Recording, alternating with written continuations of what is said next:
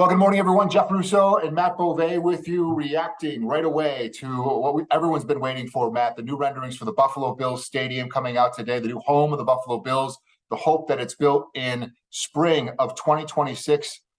A lot of people reacting to these, Matt. What's your initial reaction to what we're seeing today? I'm amazed at how many architecture experts there are this morning. We're a couple hours after these renderings have been released. Listen, it's kind of what we were expecting. The first thing that stands out to me is you're going to look at the rendering and you're going to say, wow, that looks like a lot of other stadiums, because it does. And the one that comes to mind for me is Tottenham Hotspur Stadium. That's over in London. That's where the Premier League soccer team plays. This is the one we've been talking about for months, because it's the same architecture from Populous that is doing the Bill Stadium. So it makes a lot of similarities, at least from the exterior, that there are a lot of similarities. Just the way that it looks, the way that it seems like it's going to be built, it looks like a new modern NFL stadium. It's going to look a lot different than what the Ralph looks like, what Highmark Stadium looks like. If that's the only stadium you've been to, this is going to be night and day different. It's kind of what I was expecting, but I think we're pretty close to it. We've been doing a lot of research. We've been talking to a lot of people about it.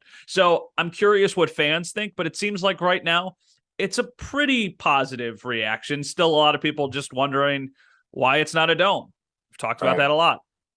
I like the intricacy of the outside, right? Mm-hmm. Like it gives that modern look. The Bills at Buffalo reflects some of the historical architecture of Buffalo while delivering a modern appearance. I think it does that. It's definitely a different look, and it's a first look for so many people. And questions will go now into, okay, so where are we on track, right, to build this? Everything that's been involved in such a big deal, $1.4 billion, Matt, and it's been kind of quiet on the front of finalizing this deal. There's been some extensions to try and get that done. And you've heard the community speak up about what they'd like to see in terms of the community benefits agreement for, what we're seeing for the first time in these renderings. Yeah, so this morning, Ron Rakuya, who's basically spearheading this project, was on WGR 550, and he was asked a lot of these questions. And one of the things that he was asked is, are these delays something that are worrisome? Like, does this mean that there are some roadblocks kind of in this process? And he said it's not something that they're overly concerned about. It's just a really complicated thing that they need to try and figure out. So I don't think that that's any reason for people to start panicking or anything like that yet. Now that we see the renderings, it feels like the next step is going to be community engagement. What do people in the community think? What does this stadium need? But this is not a rough kind of estimate of what it's going to look like. This is their plans. We now see what they are trying to build. So if you're sitting there and you're like, wow, I wish they did this, chances are they're not adding that. This is what they're planning to build, and this is what they're planning to have opened in 2026. It is funny that they have on the renderings, though, all renderings subject to change, right? And one of the first things that came in that you heard the response to was why the roof, right, doesn't cover perhaps more of the seats, when at least the conversation had been that the majority of the seats would be covered inside what will be a smaller stadium in terms of the number of seats there. But the price tag on it, $1.4 billion. And I'm interested in this part, Matt. During our reporting over the last couple of months, I've talked to some people who believe that price tag is going to go much higher than that because of the intricacy of the design and everything that's going to be involved. Now, it's $850 million in taxpayer money. Any overflow costs on top of that, right, would be put on the Pagulas and Pagula Sports and Entertainment. So I'm interested to see what the Bills may be able to give us in terms of an estimate of how much it's going to cost. And when I say that, how much more it's going to cost. And when I say that, the majority, if not all of those costs, would go back on the team. It's no different. It's just at a much bigger scale than if you were having something done at your house or if you were having something done at your business, and you get somebody who comes over and you get a quote about redoing a bathroom or redoing a kitchen, and they give you a number. Guess what? That number is going to go up as time goes on. And that's just for something that we're doing in our homes, in our businesses. This is something that's going to cost them $1.5 billion. So that number is going to go up because there are going to be things that pop up along the way. I do want to point out one thing that you mentioned. A lot of people are asking about the overhang because that's been a big selling point. It's not a dome, but most of the seats are covered. Ron Rakuya said this morning, 65%. That is what these renderings are showing.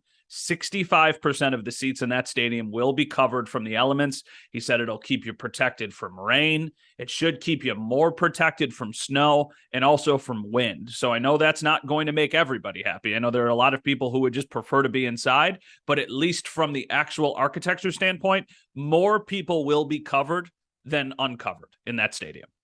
Yeah, a lot of talk about that. At least I think, Matt, as we kind of wrap this up, initial reaction, at least now, all the talk, all the deals, all the discussions, everything that's gone involved, and the discussion over the future home of the Buffalo Bills, still a lot to go here. But at least now we have a visual idea, right, of what the community and the team and the state, and the entities are trying to work towards to get this thing open in 2026. Yeah, and I mean, everybody's going to have a different opinion on it, but we see what the Bills are trying to do. We see that the Bills are going to have a much newer, up-to-date stadium than they've had ever in the history of the franchise, really. This is not going to be a $5 billion SoFi stadium like we saw in Los Angeles. This is not going to be something that is super niche. This is going to be a stadium that they're ultimately trying to build for the Bills and build for the Western New York community.